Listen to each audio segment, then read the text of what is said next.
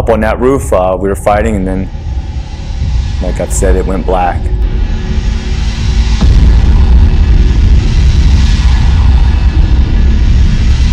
Josh, I can remember being down.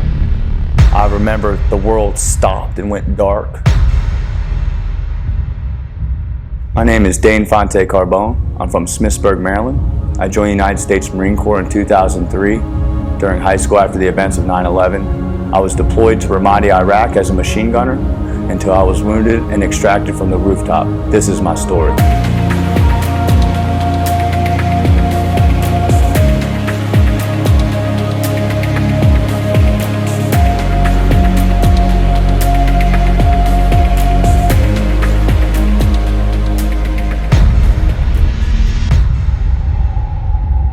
I have to explain this, explain it in a way to make people realize the extraction point of view of this.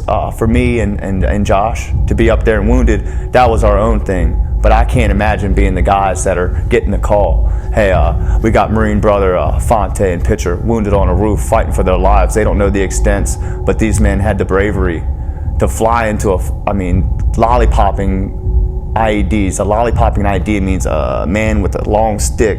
When they see that truck coming, they just stick it out and you got to run over it. I've talked to the people of the extraction and got some of their insight. The stress of wrecking the 7-ton or just getting in there was an event in itself.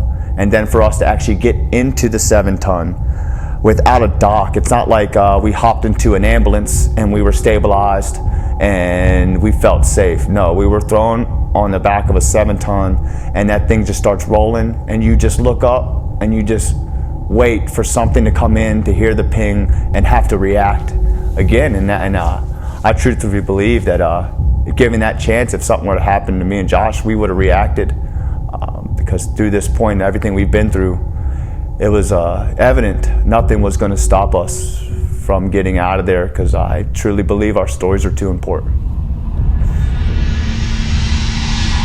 So about being with Josh up on that rooftop after being hit, you have a connection with each other, and we got on the 7-ton, and after the extraction, after we did finally make it out of the what I would call the kill zone, I can't remember much. I think after the adrenaline fades from that moment, you have so much adrenaline during a firefight. Time isn't real, it's an illusion. It's you slow down. So anyway, after all that adrenaline, I'm pretty sure when we finally stopped it, I believe the hospital, I would say, I just kind of went out, but I remember opening my eyes and seeing I was completely naked on a table. I guess they had to look over wounds. But at this point, I don't see Josh. I'm hoping he's okay, but since then we're separated. So after being critically injured, you go to Bahrain, and usually most people, you go to Germany. This is a place for veterans after they're wounded, they get stabilized. I feel it would have been a moment to kind of reflect on what happened to you around other veterans. Me and Josh, due to our injuries, the extensions of both of ours, mostly his, 2 traumatic head injuries, they flew us directly over. They refueled us in the air. So we went rooftop to Andrews Air Force Base in, I think, approximately 18 hours. So there was a moment of time where I think I was still dirty when I woke up. I still had the fresh dirt on me from that rooftop, from that explosion. There was still the smell of gunpowder essentially all over my arm. I remember seeing that and just feeling that, seeing my mom for the first time. But I think what sticks out the most is seeing my family was cool, but not knowing where Josh was one of the hardest parts. And then everyone asked, "Dane, you're home." All I could think of was, well, where's Josh? And I say that knowing because I know he only worried about me. He went into a coma. He had it worse than me. I lost my eye, but he was completely unconscious, and I was lucky enough to be up. And I see his wife.